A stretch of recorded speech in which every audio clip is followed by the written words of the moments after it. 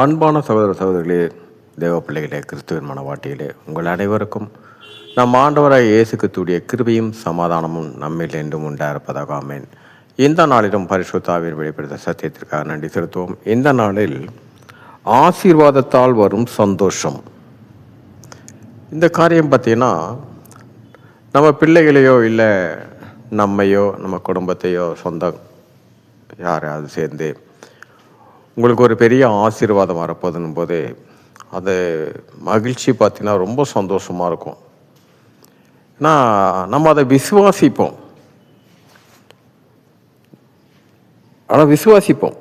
ஏன்னா நீங்கள் சொல்கிறதும் சரிதாங்க. என் மனசில் 2-3 நாள் அப்படி தான் இருந்தது. கரெக்டாக நீங்கள் சொல்லிட்டீங்க ஆசீர்வாதம் வரப்போதுன்னும் போது இதெல்லாம் ரொம்ப சந்தோஷமாக தான் இருக்கும். ஆனால் சில கவலைகள் வரும்போது மட்டும் ஏன் துவண்டு போகிறோம்? ஆசீர்வாதம்னாலே பரலோகத்துல தான் வரப்போகுது. இந்த கவலைகள் எங்கேருந்து வருது?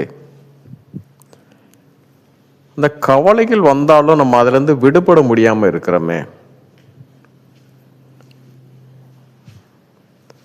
ஒருவர் நம்ம ஆசீர்வாதம் உங்களுக்கு வரப்போகுது அப்படின்னு சொல்ல சந்தோஷம். ஆனால் இந்த கவலைகள் எதனால் வந்து பார்த்தீங்கன்னா, இப்படிப்பட்ட கவலையெல்லாம் உங்களுக்கு வரும். இந்த மாதிரி கவலை இந்த உலகத்திலேருந்து உங்களுக்கு கவலை வரும், இச்சையின் மூலியமாக வரும். அதனால் அப்படிப்பட்ட தேவன் இங்கே பூமியில் நமக்கு யாராவது வந்து சொல்லுவாங்க, ஊழியக்காரர் இருப்பாங்க, இல்லை வேதத்துக்குரிய காரியங்களாக அவங்க தீர்க்க தரிசனமாய் காரியமாகவும் வெளிப்படுத்தியிருப்பாங்க, உங்களுக்கு ஒரு ஆசீர்வாதம் வரப்போகுதுன்னு. இதை ஏற்றுக்கொள்கிறோம்.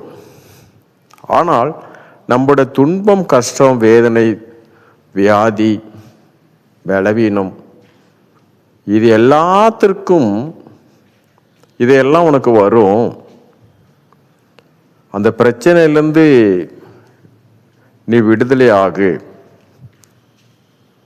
பிரச்சனையில் விடுதலை ஆகிறதுக்கு ஒரே ஒரு காரியம்தான். அதைத்தான் நம் தேவன் நம்முடைய குமாரன் மூலியமாகவும் அவரே நமக்காக கொடுத்த வார்த்தைகள். இங்கே பார்த்தீங்கன்னா 4 வசனங்கள். இங்கே ஆபத்து காலத்தில் என்னை நோக்கி கூப்பிடு, நான் உன்னை விடுவிப்பேன், நீ என்னை மகிமைப்படுத்துவாய். ஆபத்து காலத்தில். 2வது, என்னை நோக்கி கூப்பிடு, அப்போது நான் உனக்கு மறு உத்தரவு கொடுத்து நீ அறியாததும் உனக்கு எட்டாததுமான பெரிய காரியங்களை உனக்கு அறிவிப்பேன். பழைய ஏற்பாடுபடி இன்னுமாக உண்டு. இங்கே புதிய ஏற்பாடில் பார்த்தீங்கன்னா, நம் ஆண்டவராய் இயேசு கிறிஸ்து சொன்னார், வருத்தப்பட்டு பாரம் சுமக்கலுள்ளே நீங்கள் எல்லோரும் என்னிடத்தில் வாருங்கள், நான் உங்களுக்கு இளைப்பாறுதல் தருவேன். 4வது வசனத்தில் பார்த்தீங்கன்னா, அவர் உங்களை விசாரிக்கிறவரானபடியால் உங்கள் கவலைகள் எல்லாம் அவர் மேல் வைத்து விடுங்கள். இத்தனை காரியமாக நீங்க தூங்கினாலும் தலைமாட்டில் உட்கார்ந்து உங்களை பாதுகாக்கிற தேவன், நீங்க நடந்தாலும் தடுக்கி கீழே விழுந்துடக்கூடாதுன்னு தன்னுடைய தூதர்களை உங்களுக்காக பாதுகாக்கிற தேவன், நம்மை குறித்து இந்த உலகத்தில் ஏன் எங்கேயுமே சரி ஒரே ஒரு தேவன் மட்டும்தான் நம்மளை குறித்து ஒவ்வொரு நிமிஷமும் நம்மளை பற்றியே கவலைப்படுகிற தேவன், வேறு யாருமே கிடையாது. பூமியில் இருக்கும் அந்தந்த காலகட்டங்கள் வரும்போது நம்மை குறித்து கவலைப்பட்டவர்களெல்லாம் பின்பு நாம் அவர்களை குறித்து கவலைப்படக்கூடிய காலங்கள் மாறிக்கிட்டே இருக்கும். ஆனால் இங்கே பார்த்தீங்கன்னா, என்னை பற்றியே எப்பொழுதும் கவலைப்பட்டு கொண்டிருக்க என் தேவன் இருக்க எனக்கு என்ன கவலை? நீங்கள் யோசிச்சு பாருங்க, நம்ம எதுக்கு கவலைப்படுறோம்? வார்த்தையில் ஒன்றில் சொல்றார், உன்னுடைய எல்லா காரியத்தையும் என்கிட்ட கொடு, உன்னால் சுமக்க முடியாது. உன் கவலை, துன்பம், துக்கம், துயரம், வேதனை எல்லாத்தையும் உன்னால் தாங்க முடியாத காரியம் என்னவென்றால், இது எல்லாவற்றையும் நான் 40 நாள் சோதிக்கும்படியாக இந்த உலகத்தான் என்னை சோதிக்கும் பொழுது இது எல்லாவற்றையும் நான் ஜெயித்தேன்.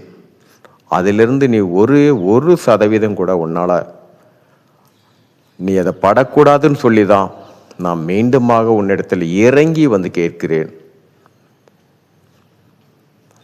நிறைய காரியங்களில் நாமளாக பல காரியங்களை சுமக்கும் போது தான் நமக்கு இந்த வேதனை கவலை எல்லாமே. அதனால் வார்த்தை விசுவாசிங்க. பரலோக தேவனே நமக்காக வார்த்தையில் கொடுத்துருக்கிறார். எத்தனையோ வார்த்தைகள். நாம் அந்த வார்த்தைகளை நம்ம அசட்டை பண்ணிவிட்டு நாம் சுயமாக ஒரு கவலை நம்ம சுமக்கும் போது தான் இத்தனை காரியங்களும். சரி, இந்த நாளிலும் நம் பரிசுத்தாவின் வெளிப்படுத்தின சத்தியத்திற்காக நன்றி செலுத்துவோம். இந்த காரியத்தின் மூலம் எல்லாவற்றிலும்